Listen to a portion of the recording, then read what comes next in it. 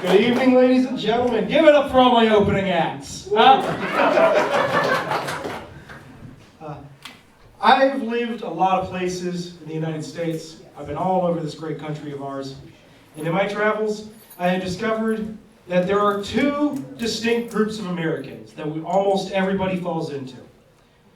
There are the kinds of Americans who, when they meet me, will ask me if I am Jewish.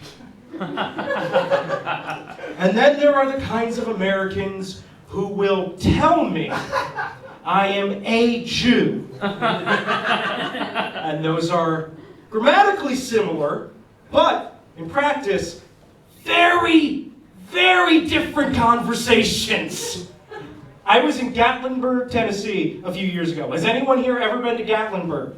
One person who raised their hand because they didn't want to be identified. I understand. It's a shithole for the most part. But it does have Dollywood. And for those of you who are not cool enough to clap and woo when I mentioned it, I'll fill you in. Dollywood is a Dolly Parton-themed roller coaster park. Nestled at the base of the Smoky Mountains. Yes, that is amazing. It's one of the greatest places in our country. It's like Graceland with water slides. I love it there. While I was at Dollywood, waiting in line to get tickets, now remember, this isn't Gatlinburg, Tennessee. This is the Smoky Mountains. This is, fucking down home in the South. Waiting in line for tickets, and a shoeless woman in a gingham dress came up to me, produced a baby from nowhere, and then said to me, and I'm quoting verbatim here, "Please bless my baby with your shoe magic." And like you guys, I've seen Ghostbusters. I know what to do in this situation. If someone asks you if you're one of the chosen, you say yes. That's supposed to get a bigger laugh. I understand. Some people aren't as versed in the scriptures as I am. I'll try to meet you in the middle. If someone asks you if you're a member of a Semitic religion, you say yes. Still nothing. All right. Where's that? I got it. This is Seattle. You're Goyish. Okay. If someone asks you if you're Jewish, I'm going to keep doing this to you. You're all laughing. You say yes. And then the big explosion. Guys, we're filming. This is... We're burning tape. We're losing the light. It's 9 o'clock. By the way, if anyone ever invites you to a comedy show in the daytime, don't. Because this is not a daytime activity. This should not be exposed to the light of the sun and nature. Like, in the dark. There's a reason why they sell drinks at comedy clubs. A lot. There's a reason why you have to drink at comedy clubs. Ah, God. I've been dating a lot recently. Yeah, I've been dating human women against all odds. Believe in yourself, sir. Your dreams could come true, too. And I like dating. It's super fun. I love paying for 2 meals, but only getting to eat 1. That feels real good in this economy.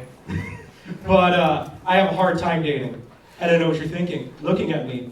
But Sean, how could you have a hard time dating? You're a 27-year-old ex-call center jockey with a philosophy degree, no car, and an encyclopedic knowledge of Battlestar Galactica. You should be drowning in pussy. No, that's not how it goes for me.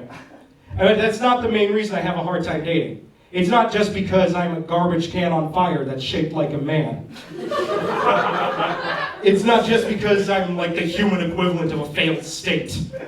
No, the reason I have a hard time dating is because I'm into like really aggressive, dominant women. And that's just sort of a thing we don't make here in Western society, a lot of. And understand, when I say aggressive and dominant, I mean like I essentially want a gay leather daddy who ovulates. That's my ideal sexual partner. I want sex to be like a wrestling match that I lost. I want sex to be like a mugging that went badly. Here's the thing, when you're into that kind of stuff, it doesn't just make like your dating relationships hard, it also makes your interpersonal stuff weird too. Like, when we're all hanging out before a show, smoking, drinking, trying to think of the jokes we're going to foist onto you, an unsuspecting and innocent public. They're all vetching about wives, girlfriends, boyfriends, all that shit, and I have nothing to relate with because we're just on. Our problems are so different. Like they're always complaining about things like, oh, my girlfriend, her feet are always cold. She's always taking up physical space. I don't know. Whatever normal people complain about, because my shit is always like, yeah, she bought this dog collar for me and it chafes. I don't like that. This ball gag is way too big. I can't wear it for very long. That was a waste of it. Why did you buy the cheap maid's uniform? Don't I want to feel pretty every once in a while? It's on my Amazon wish list. You would better buy it, because I'm a semi-professional comedian, ladies and gentlemen. I can't afford that shit. You know what that means, being a semi-professional comedian? That means I make dozens of dollars a year doing this. Mostly in Bud Light baskets, curly fries. It's all tax deductible at the end of the year. I've done a lot of, I'm just going to do this. I've done a lot of online, now I'm a dad. I need a top hat to pull this off. Like, if I start twirling, it's like singing in the rain. I've done a lot of online dating, a lot of different websites. And in my travels, I discovered a place called wherewhitepeoplemeet.com. And we're not white people, other white folk. We're not allowed to do our own devices anymore. This is the kind of shit we're gonna get up to. If you've ever wanted to experience the true, stultifying ennui that pure whitedom is, check this way. It's an entire dating website named Chad. What do you think the top interests on wherewhitepeoplemeet.com is? Would you guess ultimate frisbee, hiking, and hunting? You'd be right. Close runners-up, mayonnaise, pretending that you know Japanese, and fascism.